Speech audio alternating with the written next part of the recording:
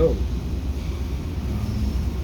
I was working on my 2009 Nissan Quest.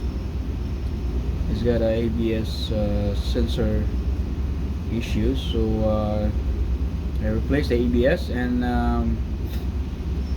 the bolt broke off. So I did I had I have issues to get it out because it's really, first of all, it's really tight in there. You can somehow, I don't know if you can drill it or anything like that, but what I did, I just make a bracket, and I used the bolt for the wheel bearing hub